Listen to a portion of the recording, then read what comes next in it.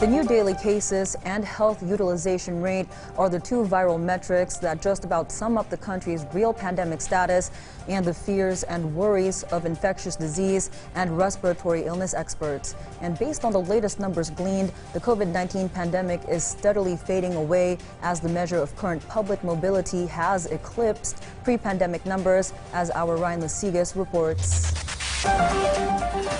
This past few days, there was a slight increase in the number of cases of COVID-19, particularly in Metro Manila.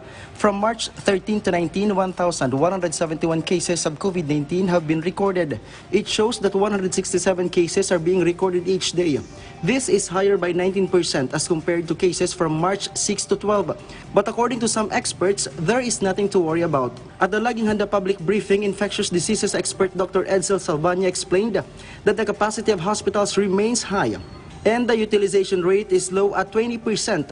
I don't think it's a cause for alarm yung number of cases kasi titingnan naman natin araw-araw, it's still below 200 per day. And yun nga, mababa yung ating utilization rate sa hospitals. And even the active cases have been below 10,000 for the longest time now.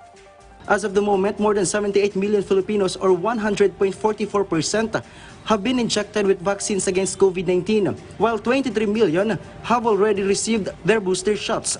Across the country, only over 15% of COVID-19 beds are occupied, or equivalent to almost 4,000. More than 20,000 unoccupied beds in hospitals are reserved for COVID-19 patients. According to Salvania, the vaccine has benefited a lot, especially to those in vulnerable sector, to prevent the further increase of COVID-19. Experts also no longer see that easing the COVID-19 restrictions in the country will affect the number of people infected with COVID-19.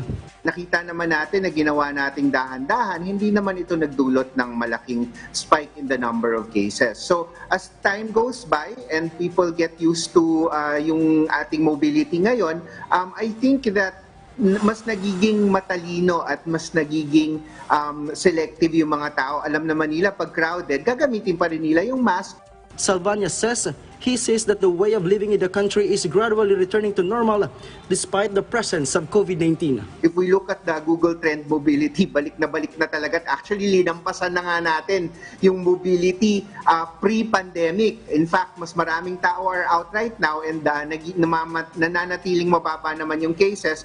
Ryan Lasigas for The Nation.